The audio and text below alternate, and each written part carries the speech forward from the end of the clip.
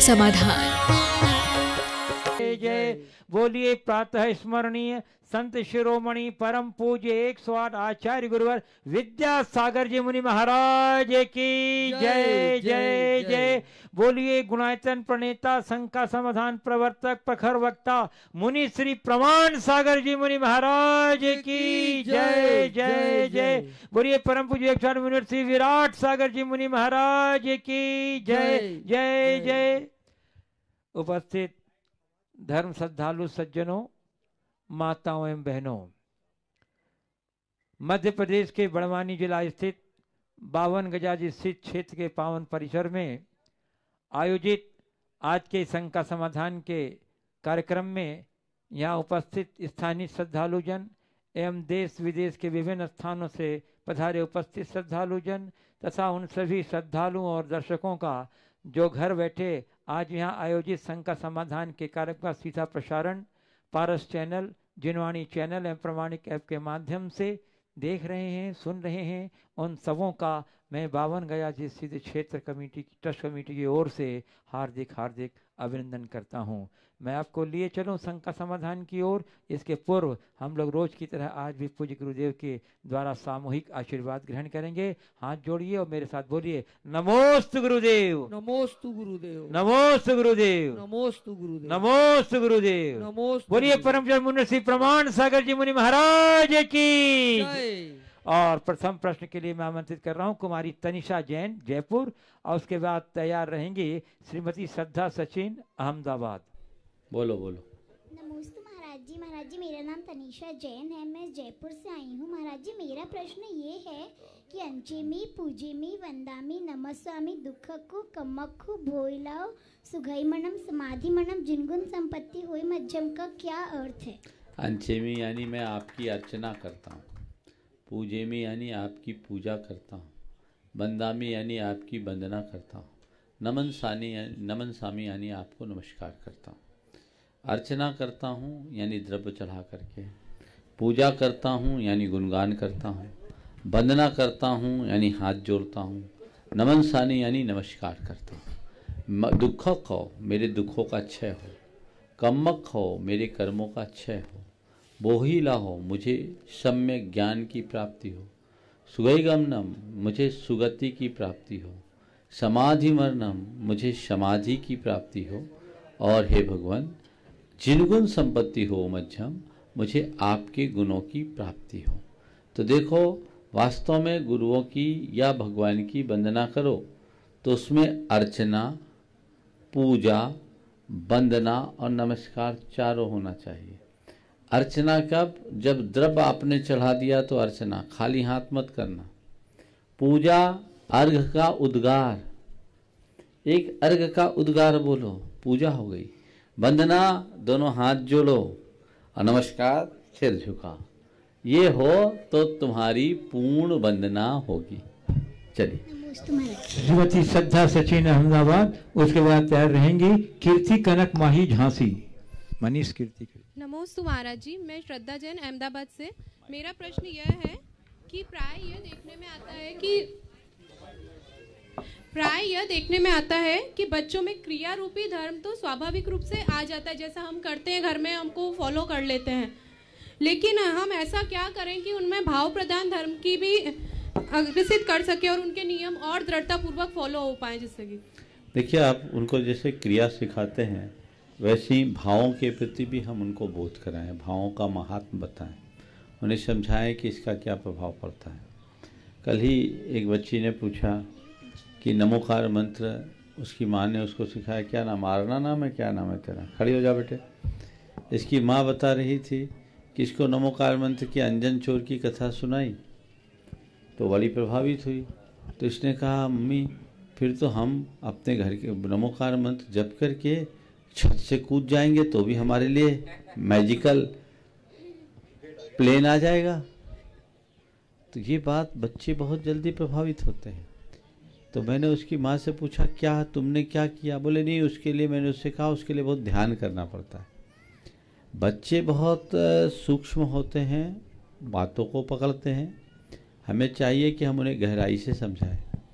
मैंने उसकी माँ से कहा कि तुम्हें चाहिए कि अपने बेटे बच्ची से कहती कि बेटे ऐसा आता है, लेकिन हमें अच्छे कार्य के लिए ये सब काम करना है, बुरे कार्य के लिए नहीं।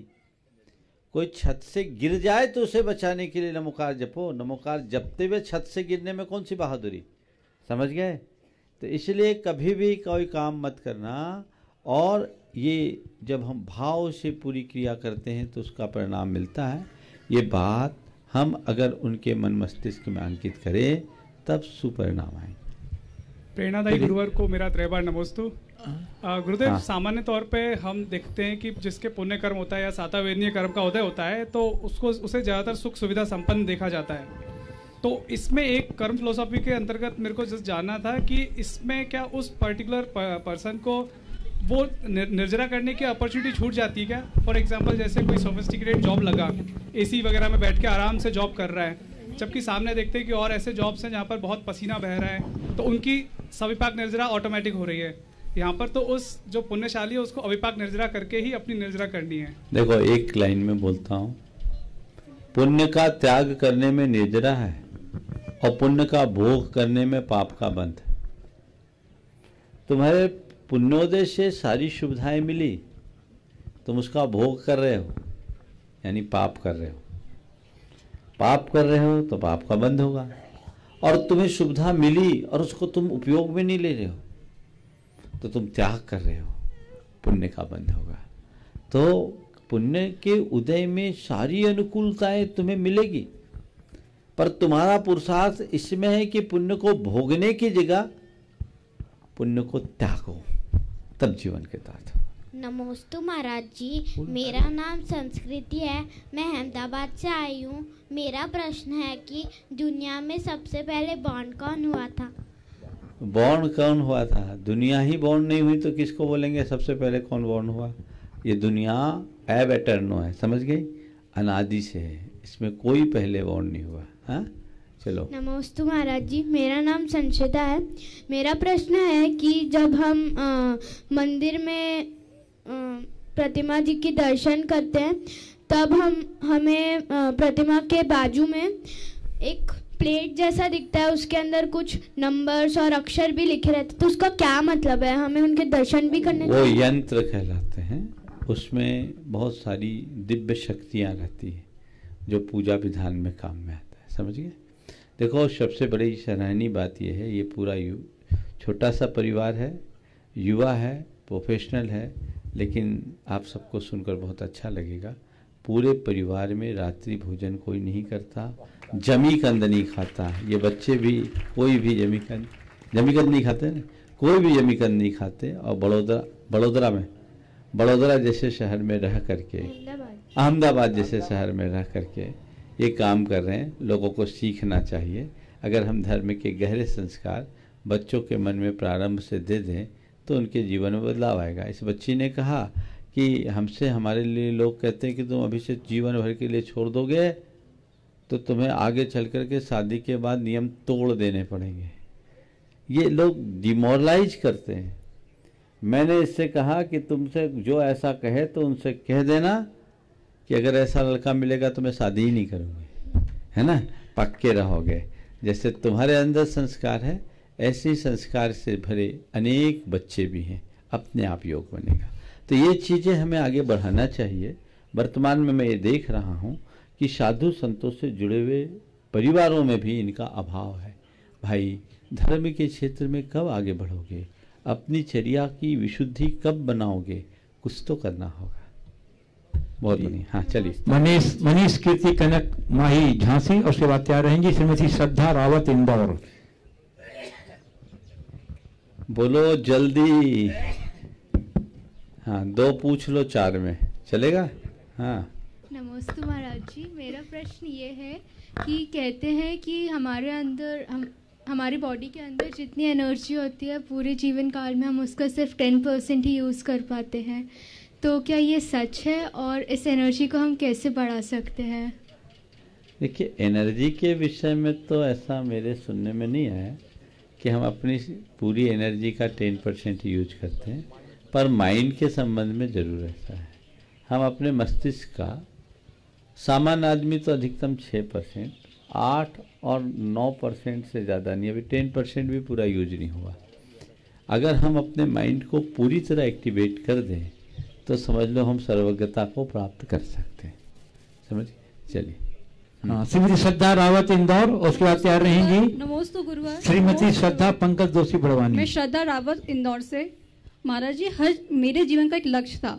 अगर हम उस लक्ष्य को पाने के लिए अर्थात प्रयास करते हैं, पुरुषार्थ करते हैं, लेकिन हर बार असफलता हाथ लगे और हमें जब पता है वो आखिरी मौका है सफलता प्राप्त करने का, तब भी असफलता प्राप्त हो तो हम उस स्थिति में अपने आप को कैसे संभालें? कर्मों का दोष है या किस्मत का? देखिए, हमें दोनों चीज़ें मानना चाहिए। ये सोचना चाहिए कि कहीं मेरे पुरुषार्थ में कमी रह गई, और साथ ही ये सोचना चाहिए मेरा भाग्य मेरा साथ नहीं दिया। लेकिन हमें सफलता को किसी एक जगह केंद्रित करके ही देखना नहीं चाहिए, हमें सफलता की दूसरी संभावनाओं को भी तलाशना चाहिए। हमें बंद द्वार में सिर मारने की जगह खुले द्वार की संभावना तलाशनी चाहिए। नमस्ते गुरु। श्रीमती श्रद्धा पंकज जोशी बड़वानी, उसके बाद तैयार रहेंगी श्रीमती नीलांजना जैन बड़ोदरा। नमस्ते गुरुदेव, नमस्ते गुरुदेव, नमस्ते गुरुदेव। परीक्षा संसार की करे, प्रतीक्षा परमात्मा की करे और समीक्षा अपनी करे, पर हम लोग परीक्षा परमात्मा की करते हैं, प्रतीक्षा सुख की करते हैं और समीक्षा दूसरों की करते हैं। ऐसा क्यों महाराज जी? परीक्षा संसार की करे, प्रतीक्षा परमात्मा की करे और समीक्षा स्वयं की करे। जिसका भी ये वाक्य है बिल्कुल यथार्थ है, लेकिन लोग इससे उल्टा करते हैं। वो भगवान की परीक्षा करते हैं, सुख की प्रतीक्षा करते हैं और दूसरों की समीक्षा करते हैं। आपने पूछा है इसकी वजह क्या है? एक शब्द में बोल दूं, तितिक्षा का अभाव है। तितिक्षा, अगर तितिक्षा का अर्थ खोलूं, तितिक्षा, हाँ बता दे रहा हूं, तितिक्षा का मतलब होता है सांसारिक भोगों से उदासीनता। अगर वो हमारे अंदर जग जाए तो हमारी दृष्टि ही बदल जाए। समझ गए? हम जीवन की वास्तविकता को जानने की कोशिश करें, कहाँ हमारा कैसा कर्तव्य है उसे हम जानने का प्रयास करें, तो हमारे सामने ऐसी समस्याएं कभी नहीं आएगी। श्रीमती नीलांजना जैन बड़ोदरा, उसके बाद तैयार रहेंगी कुमारी आरना जैन बड़ोदरा। नमस्ते महाराज जी। महाराज जी, एक जमीन के दो तरह के मालिक होते हैं। एक वो जिनके नाम पे रजिस्ट्री और पेपर होते हैं, और दूसरे वो जो सदियों से वहाँ पे रैन बसेरा करते हैं, जैसे कि पेड़ पौधे, पशु पक्षी। तो महाराज जी, हम जमीन का मूल्य चुका के जिनके नाम पे रजिस्ट्री होती है उससे तो जमीन की कीमत चुका देते हैं, लेकिन जो पेड़ पौधे होते हैं, पशु पक्षी होते हैं, उनको उस जमीन की कीमत किस तरह से चुकाएं? उनके प्रति कृतज्ञता व्यक्त करें, उनके बसेरे को सुनिश्चित करें। देखिए, हमारे शास्त्रों में ऐसा विधान है, जब आप कहीं कोई ज़मीन खरीदते हैं और वहाँ काम शुरू करते हैं तो वहाँ उसकी शुद्धि के काल में वहाँ के रहने वाले हर प्राणी से आज्ञा प्राप्त करते हैं।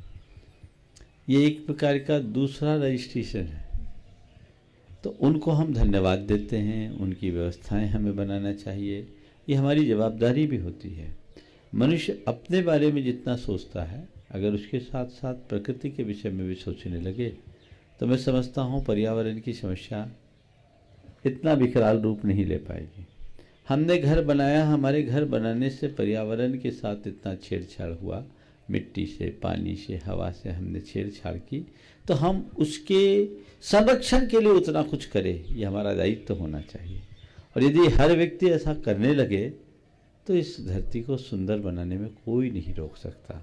विडंबना ये है कि उतनी दूर तक का कोई सोचता ही नहीं, हमें सोचना चाहिए। नमस्ते कुमारी आरना जैन बड़ोदरा, उसके बाद तैयार रहेंगी श्रीमती मनीषा जैन भोपाल। नमस्ते महाराज जी, मेरा प्रश्न ये है कि जब मैं सुबह उठती हूँ, मेरी छुट्टी पे, तब मम्मा प्रवचन चलाती है, तो जब मैं आपकी आवाज़ सुनती हूँ तब मैं बिना नहाए धोए फ्रेश होती हूँ। तो ऐसा आपके में क्या है जिससे मैं बिना नहाए धोए फ्रेश हो जाती हूँ? अच्छा, प्रवचन सुनती हो तो बिना नहाए फ्रेश हो जाती हो, देखो, एक पानी का स्नान है और एक ज्ञान का स्नान है, समझ गए? पानी के स्नान से तो थोड़ी देर के लिए ताजगी होती है, ज्ञान के स्नान से पूरी तरह फ्रेश हो जाती है, समझ गए? इसलिए तुम नहाओ चाहे नहीं नहाओ, गुरुओं की वाणी की गंगा में जरूर नहाओ। श्रीमती मनीषा जैन भोपाल, उसके बाद तैयार रहेंगी श्रीमती प्रीति छावड़ा महू। नमस्ते महाराज जी, नमस्ते महाराज जी, नमस्ते। मैं मनीषा जैन भोपाल से मैं ये आपसे क्वेश्चन करना चाहती हूँ कि निज में रहकर निज की परिणति को कैसे पहचानूं? निज में रहकर निज की परिणति को कैसे पहचाने? पर परिणति को माइनस कर दो, जो बचा वो निज परिणति। पर वो पर में ज्यादा उलझे हुए रहते हैं। वही तो, उससे कनेक्शन खत्म करना है। स्वयं के साथ स्वयं के संवाद की स्थापना का नाम ही निज में रहकर निज की परिणति को जानना है। हमारा चित्त परोन्मुखी बना हुआ है, हमारा सारा संवाद पर से जुड़ा हुआ है, पर से संबंध जुड़े रहने के कारण हम स्वयं के साथ अपना सीधा संवाद स्थापित नहीं कर पाते। तो उसका उपाय यही है कि इष्टानिष्ट संकल्प विकल्प से अपने आप को बचाएं। न हम किसी में राग करें, न द्वेष करें, न मोह करें। जानने और देखने की वृत्ति अपनाएं और उसे पाने के लिए एक अभ्यास की आवश्यकता है। बस को हम, मैं कौन हूँ, मेरा क्या है, शुद्ध हो हम, मैं शुद्ध आत्मा हूँ, मैं शुद्ध आत्मा हूँ, मैं शुद्ध आत्मा हूँ, मैं ज्ञान स्वरूपी हूँ, मैं चैतन्य रूप हूँ, मैं आनंद स्वरूप हूँ। इस तरह की भावनाएं जब हमारे हृदय में गहरी हो जाएगी तो पर परिणति छूटेगी।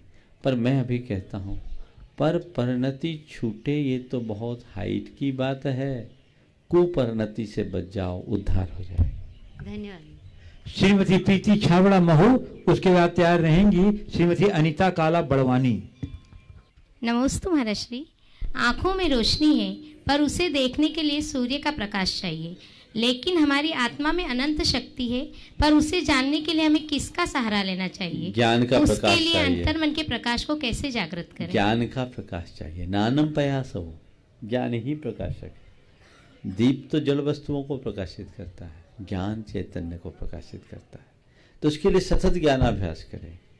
तत्व का चिंतन, स्वाध्याय और सत्संग हमारे भीतर उस ज्ञान ज्योति को उद्घाटित करता है, जिसके प्रकाश में हम अपनी आत्मा के उस असीम प्रकाश को पहचान सकते हैं। नमस्ते। श्रीमती अनीता काला बड़वानी, इसका तैयार रहेंगे सत्येंद्र जैन ललितपुर।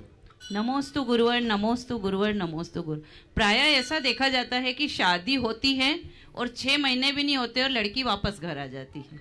कारण कि दिन भर उनकी माँ अपने लड़कियों से बातें करती है शादी के बाद और उनके घर में हस्तक्षेप करती है। तो क्या ये माँ का कौन सा मोह है जो माँ अपनी लड़की को ससुराल में अच्छे से रहने भी नहीं देती और घर तोड़ा देती है? ये बहुत बड़ी विषम स्थितियाँ निरंतर बन रही, एक प्रकार की विडंबना है। वस्तुतः इस तरह का हस्तक्षेप आज कई परिवारों को तोड़ रहा है। प्रायः लोग इस तरह की स्थितियों से दो चार होते हैं, घटनाओं का जिक्र भी करते हैं। वस्तुतः आपने अपनी बेटी को जिस भावना से विदा किया है उसे वो संस्कार दे करके भेजना चाहिए और उसे सिखाना चाहिए कि बेटी अब तेरा घर वही है और जो कुछ है तो उसे सहन कर। इधर से कोई भी फीडबैक देने की जगह अगर उसके साथ कुछ अव्यवस्था है तो उसे थोड़ा समझाकर उसकी सकारात्मकता को बढ़ाने की कोशिश करनी चाहिए। यदि ऐसा करेंगे तो कोई टिक पाएगा, नहीं करेंगे तो नहीं होगा। मैं आपको आज के युग में एक घटना बताता हूँ। मेरे संपर्क में 2 परिवार ऐसे हैं जिनके बेटे और बेटी का संबंध हुआ और दोनों अमेरिका में रह रहे हैं। बेटे बेटी अमेरिका में रह रहे हैं। क्या होना चाहिए माँ बाप का? बेटे बेटी में आपस में, पति पत्नी में आपस में खटपट हुई। दोनों अमेरिका की बड़ी कंपनियों में जॉब करते हैं और अमेरिका का कानून। एक बार बहू किसी बात से नाराज होकर थाने तक चले गई थी। पति का कैरियर भी दांव पर लग गया था। लेकिन जब ये घटना आई तो सास ससुर ने बहू को समझाया, बहू का पक्ष लिया और उधर के आपके जाकर के समधी ने अपने जमाई का पक्ष लिया। वो जमाई को समझा रहे हैं और ये बेटी को, बहू को समझा रहे हैं। और फिर दोनों को थोड़ा नॉर्मल करने के लिए पहले बहू को अपने पास बुला लिया, ससुराल, मायके नहीं, समझ क्या होनी चाहिए। ससुराल बुला लिया, जान रहे थे बेटा थोड़ा हाइपर था और उसने कुछ गलती कर दी है, अब हमें स्थिति को नॉर्मल करना है। बहू को बुलवाया अपने यहाँ और करीब 3 महीना बहू को अपने पास रखा और उसके बाद खुद उनके विदेश जाने का त्याग था, तो अपनी बेटी और जमाई को भेजा कि कुछ दिन ये लोग उसके साथ रहे, तो स्थिति कुछ सामान्य हुई। तो मेरा कहने का मतलब ये है, आग लगे तो पानी डालो, सुलगाने का काम मत करो। आजकल लोग उल्टा करते हैं, घर उजड़ जाते हैं, भोगना दोनों को पड़ता है। इसलिए इस अवधारणा को बदलनी चाहिए। महाराज जी, आज आपने आहार में ककड़ी का रायता नहीं लिया था, क्या वो स्वास्थ्य के अनुकूल नहीं है? देखिए, बात ऐसी है, आयुर्वेद शास्त्र के अनुसार खीरे और दही का संयोग वायु कारक होता है, उससे एसिडिटी भी बढ़ सकती है और वायु का विकार बढ़ सकता है। इसलिए खीरे के साथ रायता नहीं लेना चाहिए। नमोस्तु गुरु। सचिन जैन ललितपुर बताएंगे, श्रीमती डाली बंटू जैन आगरा। नमोस्तु महाराज जी, नमोस्तु महाराज जी, नमोस्तु। मैं सत्येंद्र जैन ललितपुर से आया हूँ महाराज जी। महाराज जी, मेरा प्रश्न ये है कि अभी हम लोग 20 तारीख को जब सिद्धवरकूट में थे महाराज जी, तो हमने देखा कि कुछ परिवार के लोग, जिसमें करीब 6, 7, 8 लोग बड़े लोग और 8, 10 बच्चे लोग, रात्रि में महाराज जी वहाँ धर्मशाला परिसर में उन लोगों ने 1 बजे रात्रि तक क्रिकेट खेला महाराज जी, जिससे बाकी लोग जो और यात्री थे वो तो डिस्टर्ब हो ही रहे थे महाराज जी। तो मेरा प्रश्न ये है महाराज जी कि इस तरह उनको मतलब जो क्षेत्र पे आने का पुण्य बंद होना है वो होगा कि महाराज जी जो उनने खेल खेल के या इस तरीके से रात्रि में जो क्षेत्र की वंदना करने के लिए आया वो ऐसा कभी नहीं करेगा, और जो घूमने के लिए आया वो यही करेगा। वंदना करने वाले के पाप कटते हैं और घूमने फिरने वाले के पाप बनते हैं, और क्षेत्र में इस प्रकार घुमा फिरी करने वाले के तो और पाप बंधेंगे। बिल्कुल नहीं होना चाहिए। और वहाँ के जहाँ कहीं भी हो, प्रबंध तंत्र को भी ऐसी व्यवस्था बनानी चाहिए ताकि इस पर थोड़ा नियंत्रण हो। एकदम छोटे छोटे बच्चे हों, वो तो थोड़ा बहुत इस तरह का करते हैं तो वो बात चलती है, छोटे 5-7 साल के बच्चे। लेकिन बड़े लोग करें, बच्चे 12 बजे तक नहीं करते हैं। ये तो बड़े ही कर रहे होंगे। बड़े थे कि बच्चे थे? बड़े थे महाराज जी, 7-8 लोग बड़े थे और वही खिलवा रहे बच्चे। हाँ, तो गलत। इससे महिमा मतलब महिमा भी तो कम हो रही है, भगवान की आसाधना है। चलिए, श्रीमती डाली बंटू जैन आगरा गुणायतन ट्रस्टी, उसके बाद तैयार रहेंगे श्री सुबोध जैन बड़वानी। मेरे गुरुवर को कोटि से नमन। हाँ, एक साथ आ जाओ। आज मेरा क्वेश्चन आज की एक ज्वलन समस्या पे ही आधारित है और आप कई बार उसका जवाब दे चुके हैं। बट आजकल जो मोबाइल में गेम्स चल रहे हैं, लाइक स्पेशली पबजी, मेरे बेटे को मुझसे ये शिकायत है, छोटे को, कि एग्जाम्स में उसने ब्रेक में वो गेम्स खेलता था। मुझे लगा नॉर्मल गेम खेल रहा है, ठीक है, कैरी ऑन, आधा घंटा का ब्रेक है। एक दिन मुझे मालूम पड़ा पबजी खेल रहा है। उस दिन मैं थोड़ी उस पर गुस्सा हुई कि ऐसा क्यों। तो बोला आपको वैसे कोई दिक्कत नहीं थी, आपको इसलिए दिक्कत हो रही है कि आप पबजी खेल रहे हो। मैंने कहा हाँ, मुझे इसलिए दिक्कत हो रही है। अब उसको लॉजिक नहीं समझ में आ रहा कि मैं ऐसा क्यों कर रही हूँ। बेटा है? हाँ जी। कहाँ है? खड़े हो जा। देखो सुनो, दोनों खड़े हो जाओ। दूसरा कहाँ है? देखो, पबजी जैसा जो गेम है, क्या उसमें कोई क्रिएशन है? तुम युवा हो, बोलो, किसी तरह की कोई क्रिएशन का वर्क है, कोई क्रिएटिविटी है? बोलो, है क्या? 0 है ना। अपना समय क्यों बर्बाद करो? गेम खेलो, मना नहीं है, पर वो गेम खेलो जो तुम्हारे तन को, तुम्हारे मन को और तुम्हारे मस्तिष्क को कुछ ऊर्जा दे, शक्ति दे, रिफ्रेश करे। खेलने का उद्देश्य है अपने आप को तरोताज करना, इससे तो कुछ नहीं मिलने वाला। और पबजी में बंदूक लेके एक दूसरे के पीछे भागो, हिंसा होगी कि नहीं होगी? बोलो। हम किसी को मारने का भाव करेंगे तो उसका क्या होगा? और खेल खेल में मार रहे, कल कोई ऐसा पाप बांधेंगे कि खेल खेल में हमें कोई मार डालेगा। ये हिंसा का कृत्य है। हमें वो कहानी नहीं भूलनी चाहिए कि आटे के मुर्गे का संकल्प लेने वाला यशोधर नरक गया, आटे का मुर्गा बनाकर उसको मारा था। यहाँ तो पबजी में पूरी की पूरी बंदूक चलाते हैं, मुझे बताया लोगों ने। तो ये क्या है? ऐसे खेल बिल्कुल मत खेलना, ये एक लत लग जाती है। बड़े बड़े लोग खेलते हैं, बच्चे नहीं। तुम ही दोषी नहीं हो, सिखाया तो बड़ों ने। लेकिन इस पर बिल्कुल अंकुश लगाना चाहिए तुम अगर अपने जीवन में कुछ पाना चाहते हो, खेल खेलो, उससे वो खेल खेलो जो तुम्हारे मन, मस्तिष्क और शरीर को ताजगी दे, बस तो कुछ कर पाओगे, नहीं तो डब्बा हो जाओगे। समझ गए?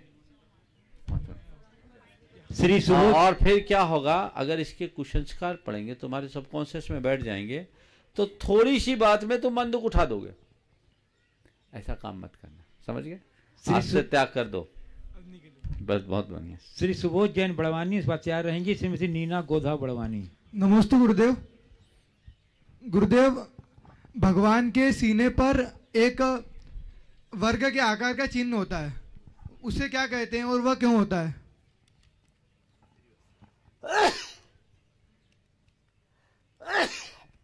उसको श्रीवत्स कहते हैं, वो कल्याण का प्रतीक है। तीर्थंकरों के हृदय स्थल पर नियमता होता है। अन्य महापुरुषों में यदा कदा होता भी है, नहीं होता, पर तीर्थंकरों में नियमता होता है। और वह केवली भगवान के सीने वगैरह सभी के होता है? कोई जरूरी नहीं, केवल तीर्थंकर के लिए जरूरी।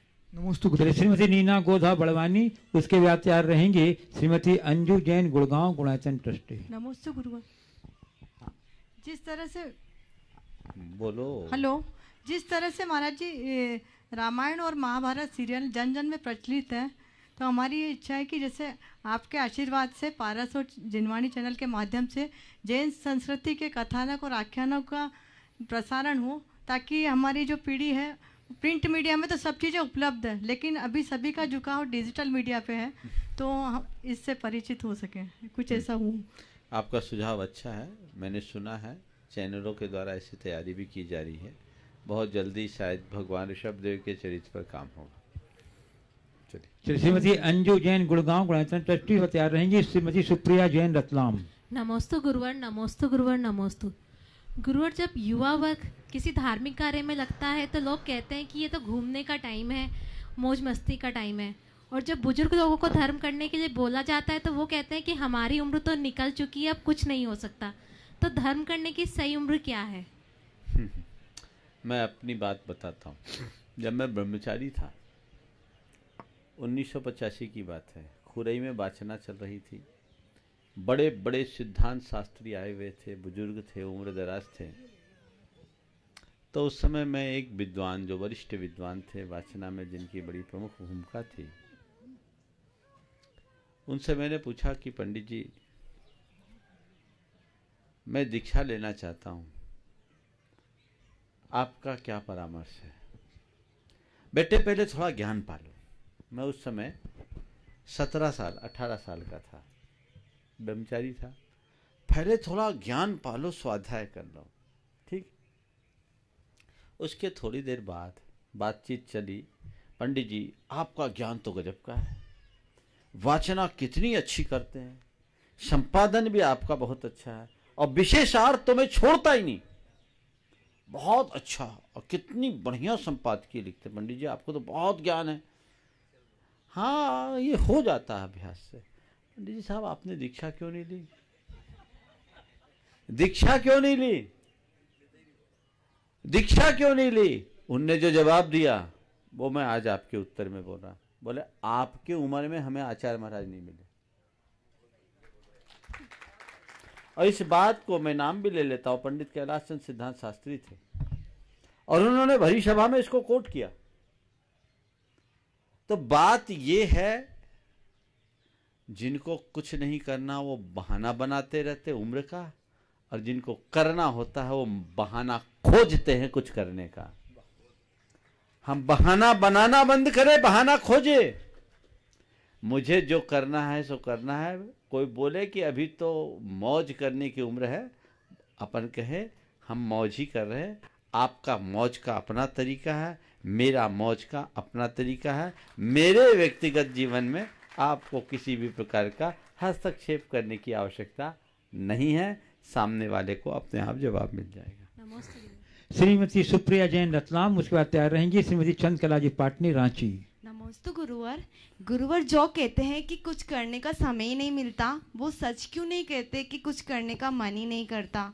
या जो कहते हैं कि कुछ करने का वक्त नहीं है, वो सच क्यों नहीं कहते कि कुछ करने का जज्बा नहीं है? तो गुरुदेव हमारा जोश कैसा हो कि हम जो कुछ करने की ठाने उसमें हम पूरी ताकत से जुट जाएं और वक्त को दोष नहीं देकर समय को घोलकर पी जाएं। जो कम वक्त होते हैं वो वक्त को दोष देते हैं, समझ गए? जो कम वक्त होंगे वो वक्त को दोष देंगे, और जो वक्त को समझते हैं वो वक्त के अनुरूप चलते हैं, अपने करनी से वक्त बदल लेते हैं। वस्तुतः हमें हमेशा अपने लक्ष्य को सामने लेकर के चलना चाहिए। जब मनुष्य अपने जीवन के मूलभूत लक्ष्य को लेकर आगे बढ़ता है तो उसके रास्ते कहीं अवरुद्ध नहीं होते, और बहानेबाजों का तो कोई अंत ही नहीं होता। एक बार ऐसा हुआ, देखो बहानेबाज, दोनों प्रश्न मिलता जुलता है तो बता देता हूँ, बहुत अच्छा किस्सा याद आ गया। एक लड़का था, क्लास में बहुत बहाना बनाता था, उसको कुछ कहो बहाना। एक बार मास्टर ने सोचा कि आज तो इसको पकड़ा जाए। बोला एक काम करोगे, कल एक चूहे का चित्र लाओगे, एक बिल्ली का चित्र लाओगे, एक कुत्ते का चित्र लेकर आओगे। चूहा, बिल्ली और कुत्ता का चित्र बना कर लाना, होमवर्क दिया। अगले दिन सब बच्चे चित्र लेके आए, वो खाली हाथ। बोले क्यों तुम चित्र नहीं लाए? एक तो देर से आए और चित्र नहीं लाए। बोले सर क्या बताऊं? बोले क्या हुआ? बोले महाराज हमने सबसे पहले, बीच में नहीं, सबसे पहले हमने चूहे का चित्र बनाया। महाराज सर क्या बताऊं, एकदम जीवंत चूहा। उसके बाद हमने बिल्ली का चित्र बनाया, बिल्ली भी एकदम जीवंत बनी, लेकिन वो भूखी थी, जैसी चूहे पर नजर पड़ी झपट पड़ी। सर उसके बाद मैंने कुत्ते का चित्र बनाया, जैसे ही कुत्ते का चित्र बनाया, कुत्ते की नजर बिल्ली पर पड़ी, उसने बिल्ली को खा लिया। ठीक है, चूहे को बिल्ली ने खा लिया और बिल्ली को कुत्ते ने खा लिया, कुत्ते का क्या हुआ? बोले सर मैं कुत्ते को लेके आ रहा था, सर मैं कुत्ते को लेके आ रहा था, रास्ते में बच्चों ने उसे पत्थर मारा, वो कहां भाग गया पता नहीं, उसको खोजने में मैं लेट हो गया। ऐसे बहानेबाज को कोई नहीं बचा सकता। ऐसे लोगों के लिए रत्ती भर काम नहीं, क्षण भर की फुर्सत नहीं, ये कुछ नहीं कर सकते। श्रीमती चंद्रकला जी पाटनी रांची, उसके बाद तैयार रहेंगी ब्रह्मचारिणी बहन विजय लक्ष्मी दीदी। नमस्ते महाराज श्री। महाराज श्री, हर व्यक्ति को अपना दुख तो दिखाई पड़ता है लेकिन दोष नहीं, तो उसके लिए क्या करे? बहुत अच्छा सवाल किया है। दुख दिखाई पड़ता है, दोष दिखाई नहीं पड़ता। वस्तुतः मनुष्य के मन में दुख के प्रति संवेदना ज्यादा है, दोषों के प्रति संवेदना कम। जिस दिन मनुष्य दुख के साथ अपने दोषों की संवेदना करना शुरू कर देगा, उसके हृदय में दोषों के प्रति ग्लानि उत्पन्न होने लगेगी, वो अपने दोषों का शोधन करना शुरू हो करेगा। जब दुख की अनुभूति होती है, वो दुख के प्रतिकार में जुट जाता है। इसी तरह जब दोषों की अनुभूति होगी, वो दोषों के शोधन में जुटेगा। तो हम जितने दुखों के प्रति जागरूक हैं, दोषों के प्रति भी जागरूक बने। दोष दूर होंगे तो दुख का स्थायी इलाज होगा, और दोष भरे रहेंगे तो हमारे दुख दूर कभी नहीं होंगे। ब्रह्मचारिणी बहन विजय लक्ष्मी दीदी, उसके बाद तैयार रहेंगी उषा दीदी। नमोस्तु महर्षि, नमोस्तु नमोस्तु नमोस्तु। महर्षि, चुनाव का मौसम आ गया है, चुनाव का मौसम आ गया है, और जैन समाज भारत की पूरी जनसंख्या में इतना कम है कि मतों का क्या प्रभाव होगा कहा नहीं जा सकता। मैं मार्गदर्शन आपका इस दिशा में चाहती हूँ कि जैन समाज को अगले लोकसभा चुनाव में किस आधार पर अपना मतदान करना चाहिए? पार्टी के आधार पर, या उम्मीदवार के व्यक्तित्व के आधार पर, या जैन समाज की, जैन धर्म की प्रभावना के लिए सरकार से कुछ अपेक्षा करते हुए किस तरह से अपना निर्णय करना चाहिए? देखिए, बात सही है कि जैनों की संख्या अल्प है। संख्यात्मक दृष्टि से देखें तो सरकारी आंकड़ों के अनुसार तो 44.46 लाख है। यथार्थ में देखें तो 1.25 से 1.5 करोड़ तो होंगे ही होंगे, उससे ज़्यादा भी हो सकते हैं।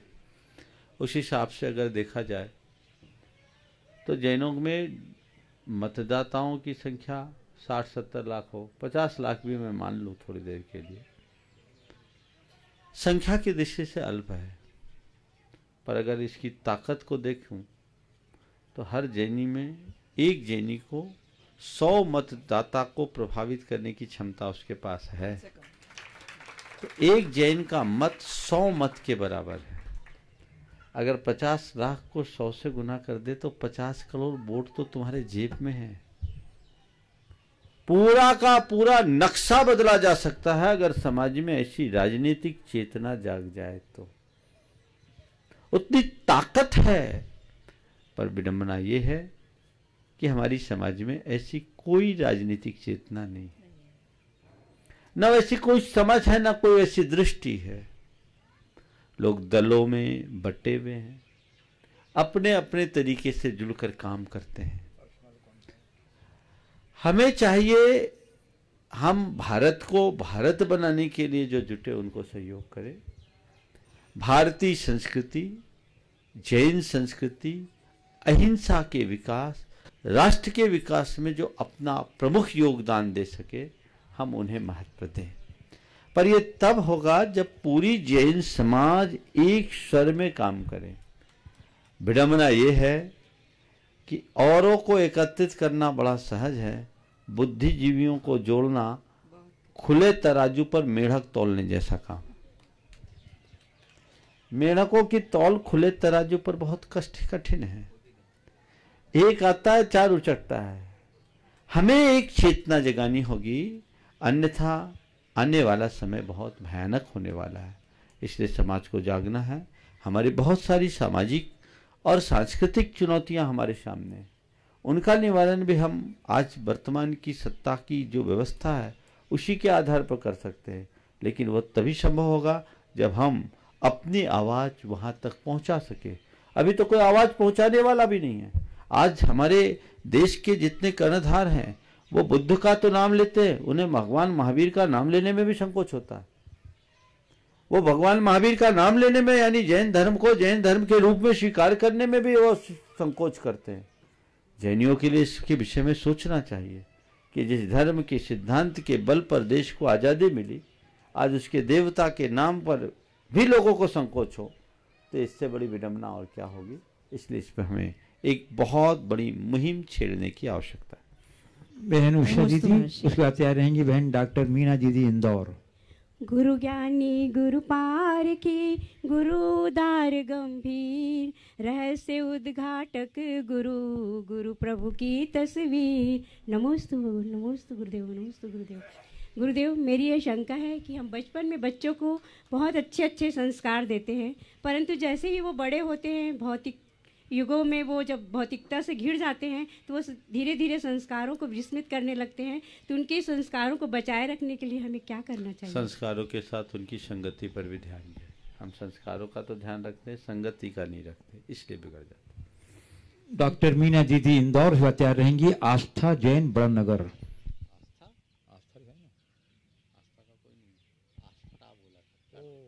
नमस्ते महाराज जी। महाराज जी, आपके शंका समाधान प्रवचन और भावना योग की देश विदेश में बहुत प्रशंसा होती है। हम सब लोग उसका भरपूर लाभ लेते हैं, लेकिन इसके साथ ही आपके पास सिद्धांत और अध्यात्म भी बहुत अच्छा है। हम सब चाहते हैं कि आप एक क्लास इसकी भी लें ताकि सारे लोग इसका लाभ ले सकें। आ जाए लोग इकट्ठे तो ले लें। यहाँ नहीं, ऑनलाइन। ऑनलाइन तो महाराज जी ऑनलाइन हो जाएंगे। इतना ही बहुत है, 2 घंटा दे देता और कितना दूं, भले आधा घंटा दें, लेकिन इसका लाभ बहुत लोग लेंगे। वक्त अनुकूल होगा देखेंगे। प्रोफेसर यश सेठी, उसके बाद बड़वानी, उसके बाद तैयार रहेंगे श्री विनोद जी किरण जी दोषी बांकानेर क्षेत्र ट्रस्टी। नमोस्तु महाराज श्री, नमोस्तु नमोस्तु नमोस्तु महाराज श्री। महाराज श्री, एनालिसिस और पैरालिसिस, जब हम दूसरों की गलतियों का जज बनते हैं तो हर छोटी बात का एनालिसिस करते हैं, पर जब खुद की गलतियों के वकील बनते हैं तो दिमाग को पैरालिसिस कर बैठते हैं। महाराज श्री, खुद की गलतियों का एनालिसिस कैसे करें कि दिमाग के पैरालिसिस का मौका ना आए, और दिमाग का पैरालिसिस हो भी जाए तो एनालिसिस किससे करवाएं कि धोखा ना पाए? बहुत अच्छा। खुद का एनालिसिस कैसे करें कि दिमाग के पैरालिसिस का मौका ना आए, और कदाचित दिमाग की पैरालिसिस का हो भी जाए तो किसके इलाज कराए कि धोखा ना खाएं। देखिए, बहुत अच्छी बात आपने की है, एनालिसिस और पैरालिसिस। वस्तुतः एनालिसिस करना है, पर एनालिसिस बुरा नहीं है। सेल्फ एनालिसिस करो तो पैरालिसिस कभी नहीं होगा। हम जब एनालिसिस दूसरों का करते हैं तो हमारा दिमाग थोड़ा अलग तरीके से काम करता है। और जब हम सेल्फ एनालिसिस करेंगे तो कभी नहीं होगा। तो जो व्यक्ति अंतर विश्लेषण की क्षमता प्राप्त करते हैं वे अपनी कमियों को नित्य प्रति खोजने में समर्थ हो जाते हैं और उसी से उनके जीवन में निखार और सुधार आता है। तो हमारी कोशिश होनी चाहिए कि हम हर पल अपना अंतर विश्लेषण करना शुरू करें। ये अंतर विश्लेषण हमारे जीवन में निखार लाएगा, सुधार लाएगा, उससे हमारी कमियां ठीक होगी। हम दूसरों की कमियां नहीं देखेंगे।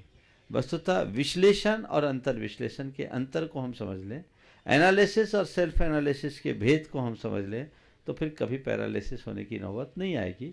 और यदि पैरालिसिस हो भी जाए दिमाग में, तो तुमने पूछा है किसके साथ इलाज कराए, किससे इलाज कराए कि धोखा ना हो, तो उसके पास जाओ जो सेल्फ एनालिसिस का मास्टर है। नमस्ते महाराज जी, नमस्ते। श्री जी विनोद किरण जी जोशी बांकानेर, और उसके बाद तैयार रहेंगे आदित्य जैन दमोह। धरती के चलते फिरते देवता को नमस्ते। महाराज श्री, तीर्थंकर भगवान की आत्मा जब राज्य अवस्था में राज्य का संचालन करती है, तो उस अवस्था में उनसे जो राज्य व्यवस्था के संचालन में जो कार्य होते हैं, उसमें जो उनसे जो कार्य होते हैं उसमें कोई पाप कर्म का बंध होता है, तो वो हमारे जो पाप कर्म बंद होता है वैसे ही होता है या महाराज जी अलग होता है? देखो, चाहे तीर्थंकर हो या सामान्य मनुष्य, हर व्यक्ति को अपना अपना कर्म अपने अपने परिणामों के अनुरूप होता है। तीर्थंकरों के लिए कर्मबंध की प्रक्रिया कोई अलग नहीं है, वही है जो हमारी है। हाँ, उनकी भावदशा सामान्य प्राणियों जैसी नहीं होती। ऐसा कहते हैं कि 8 वर्ष की उम्र होते ही उनकी भावदशा पंचम गुण स्थान की योग हो जाती है। उदिताष्ट कषाया भाविन, ऐसा लिखा है, यानी वो 5वें गुण स्थान के वृत्ति शावक जैसे हो जाते हैं। भले वो दिग्विजय भी किए हो, 3 तीर्थंकरों ने दिग्विजय यात्रा की और कार्य किया, तो वो भी इतना सब कुछ होने के बाद भी उनके परिणाम औरों की तुलना में ठीक होते हैं, कम होते हैं। लेकिन नेमिनाथ भगवान का एक प्रसंग हम देखते हैं, जब वो नाग सैया पर चढ़ गए और शंख फूका था, तो उनका जो रौद्र रूप था श्री कृष्ण को हिला दिया। तो गुस्सा भी उनको आता होगा, क्षोभ भी उनको आता होगा, पर जे कम में सुरा ते धम में सुरा, अगर वो कर्म को बांधते हैं तो काटने का भी मादा रखते हैं और काट के चले। आदित्य जैन दमोह, उसके बाद तैयार रहेंगी निधि दोषी बड़वानी। नमोस्तु महाराज जी, मेरा नाम आदित्य जैन है और संपूर्ण जैन समाज की ओर से नमोस्तु। मेरा प्रश्न ये है कि अभी मैं MPPSC की तैयारी कर रहा हूँ, तो जैसे अपन बड़े भैया लोगों की अनुभव प्राप्त करते हैं कि वो बताते हैं कि 4 से 5 अटेम्प्ट में क्वालिफाई नहीं हो पाए हैं, तो अपन को भी एक विचार आने लगते हैं नकारात्मक विचार के, अपन ऐसा कर पाएंगे कि नहीं, तो उन विचारों से कैसे बचें? देखिए, जब भी किसी लक्ष्य को प्राप्त करना है तो हम ऐसे लोगों के संपर्क करें जो हमारे लक्ष्य के लिए हमें प्रोत्साहित करे। ऐसे लोगों के संपर्क में न रहे जो हमें उल्टा हतोत्साहित करे। तो हमें उनका संपर्क करना चाहिए जो हमको प्रोत्साहित करे। नहीं करो, कोई दिक्कत नहीं है, 5 बार में हम नहीं कर पाए, तुम क्या कर पाओगे, ऐसा उदाहरण देने की जगह ऐसे लोगों, देखो चिंता मत करो, मैंने 5वीं बार में निकाल लिया था। मुझे लोगों ने बहुत कहा कि तेरे बस का नहीं है, तेरे बस का नहीं है, तेरे बस का नहीं, पर मैंने सोच लिया था मुझे निकालना ही, और मैंने निकाल लिया। समझ गए? एक बात ध्यान रखो, जब भी कोई लक्ष्य बनाओ तो उस लक्ष्य की प्राप्ति की अंतिम सीमा तक उसके लिए प्रयत्नशील रहो, तभी सुपरिणाम प्राप्त करो। निधि दोषी, उसके बाद तैयार रहेंगी श्वेता पाटनी भीलवाड़ा। हे गुरुवर, नमोस्तु नमोस्तु नमोस्तु। महाराज जी, पत्थर में भगवान है यह समझाने में धर्म सफल हो रहा है, पर इंसान में इंसान है यह समझाने में धर्म आज भी असफल हो रहा है। तो इंसान में इंसानियत बनी रहे उसके लिए आप कुछ उपाय बताइए। पत्थर में धर्म है, वह भगवान है, यह बताने में धर्म सफल रहा, लेकिन इंसान में इंसानियत है यह बताने में धर्म असफल है। वस्तुतः एक बात और जानने की है कि इंसान की इंसानियत को पत्थर के भगवान ही बता पा रहे हैं। समझ गए? हम पत्थर से इंसानियत का पाठ पढ़ रहे हैं। एक बार ऐसा हुआ, एक भूखा भिखारी था, ज़्यादा नंबर तो नहीं है, पूरा कहानी सुना दूँ? चलेगा। एक भिखारी था, 3 दिन का भूखा था, एक सेठ के यहाँ गया। तो सेठ के यहाँ गया, बोला भाई कुछ दे दो। सेठ ने पहले देने से इनकार कर दिया, पर भिखारी भी ऐसा वैसा नहीं था, बोला 3 दिन का भूखा हूँ, कुछ तो दे दो। तो सेठ ने कहा एक काम कर, मेरी एक आंख पत्थर की एक आंख असली है, तू अगर ये बता देगा कि मेरी कौन सी आंख पत्थर की है तो मैं तुझे आज कुछ दूंगा। भिखारी ने देखा और कहा सेठ साहब आपकी दाहिनी आंख पत्थर की है। उस तरह का आंख, इस तरह की आंख लगवाया था कि अच्छे अच्छे आदमी पहचान नहीं सकते। लेकिन जैसे ही भिखारी ने कहा कि आपकी दाहिनी आंख पत्थर की है, सेठ ने कहा बिल्कुल तूने बताया तो बिल्कुल सही, पर ये बताया कैसे, पता कैसे लगा? तूने बताया सही, पर ये बता कि तेरे को पता कैसे लगा? बोला सेठ साहब उसी में थोड़ा पानी दिख रहा था, उसी में थोड़ा पानी दिख रहा था तो मैं समझ गया। समझ में आई बात नहीं कि यही पत्थर की हो सकती, क्योंकि ऐसे आदमियों की आंखों में पानी नहीं हो सकता जो किसी भूखे की भूख को न देख सके। बात केवल कहने की है कि इंसान में इंसानियत का बोध भी हमें पत्थर के भगवान से होता है। जब हम भगवान के चरणों में जाकर शीश नवाते हैं तब हमें अपने इंसानियत की पता चलती है। आपने पूछा इंसान की इंसानियत को जताने में धर्म विफल रहा है, ये गलत बात है। मैं तो ये कहता हूं जिनके हृदय में धर्म है उन्हीं इंसानों में इंसानियत है। इंसान में इंसानियत या मानव में मानवता की प्रतिष्ठा ही धर्म का लक्ष्य है। जिनका ये वाक्य है कि इंसान में इंसानियत प्रतिष्ठापित करने में धर्म विफल रहा, मेरी दृष्टि से वो सही नहीं है। पत्थर में भगवान स्थापित करने में धर्म सफल है, लेकिन उसी पत्थर में जो किसी धर्मी की शरण में आया है, सड़क पर लगने वाले पत्थरों में नहीं।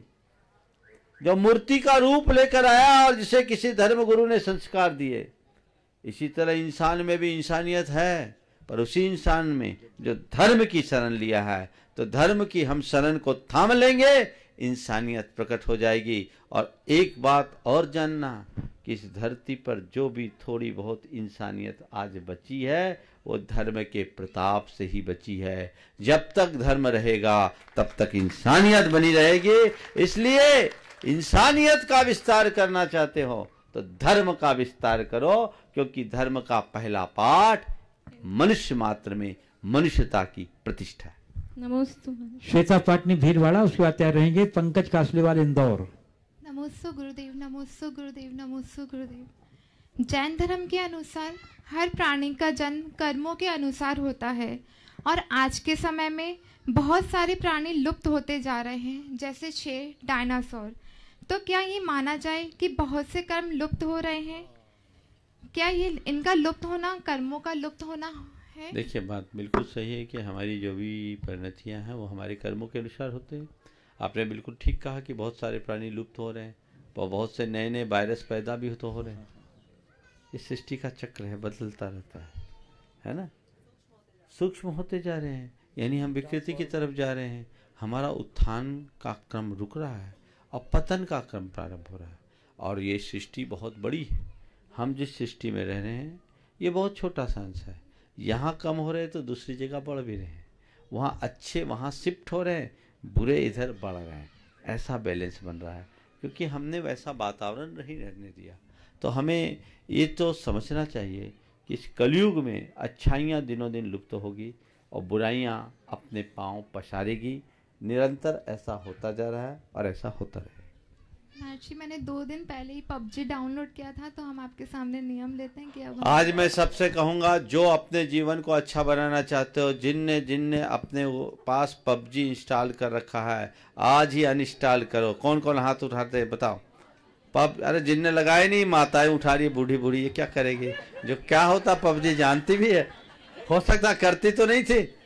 क्यों सुभाष जी, PUBG रखी तो नहीं थी? है तो उठा दो आज से हाथ, आज से अनइंस्टॉल, ठीक है ना। चलिए बहुत बढ़िया। पंकज कासलीवाल इंदौर, उसके बाद तैयार रहेंगी मीना सेठी पुणे। हेलो, नमोस्तु गुरुदेव, नमोस्तु गुरुदेव, नमोस्तु गुरुदेव। मैं नम्रता पंकज कासलीवाल इंदौर से।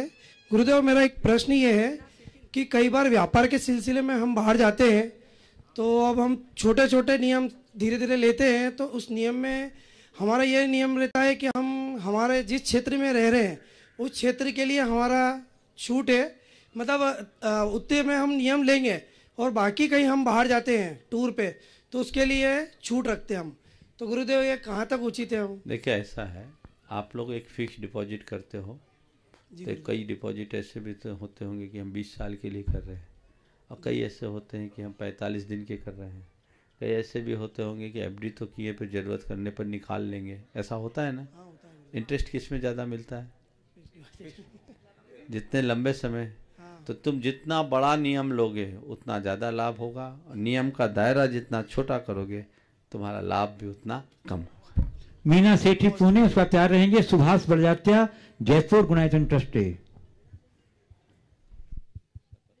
नमस्ते महाराज साहब, नमस्ते महाराज साहब। महाराज साहब, शाम को आपसे मेरी डिस्कस हुई थी कि मारोट में बकरशाला के जो बकरे चोरी हुए थे उसमें किसका वो?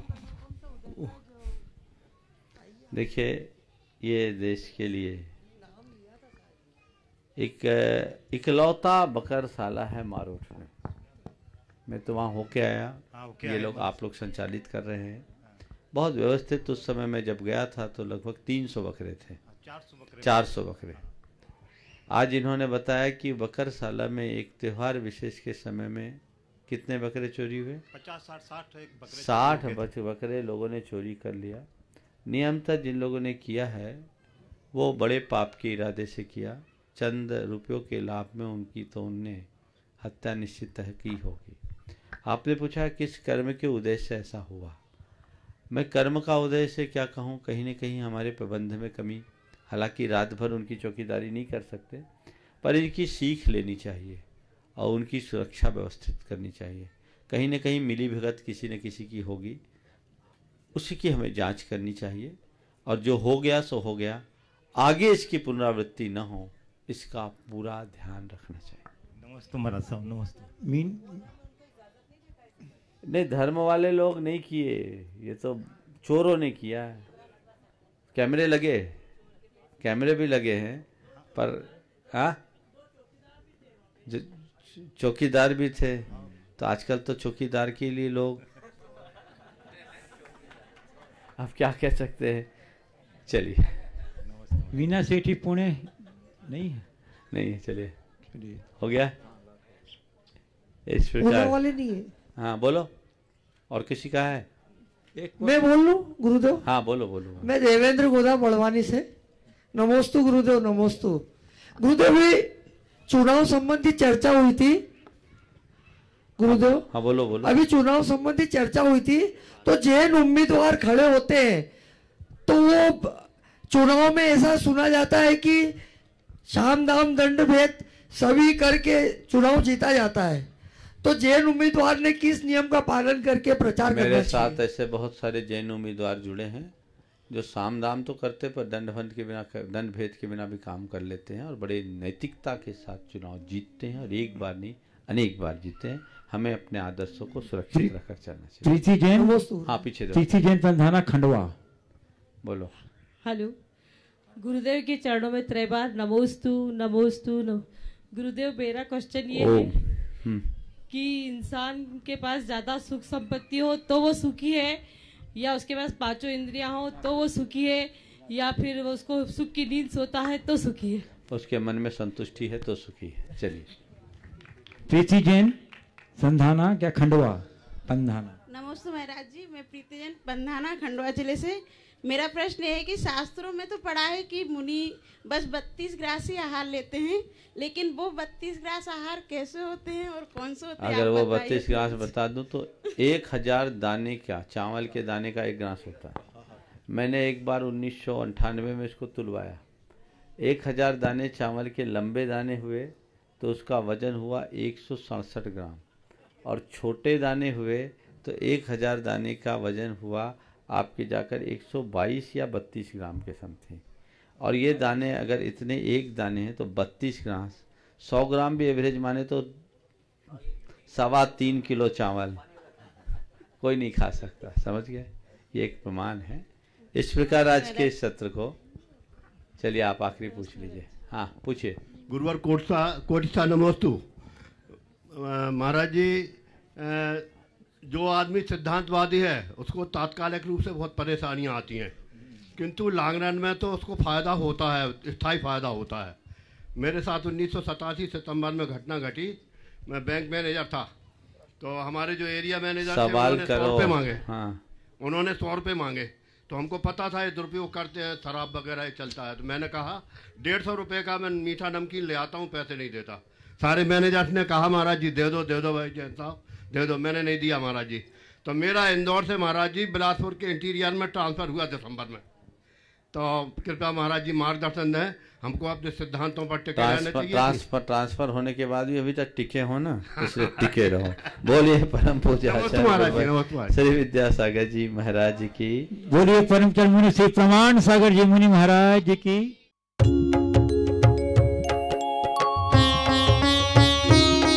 शंका समाधान।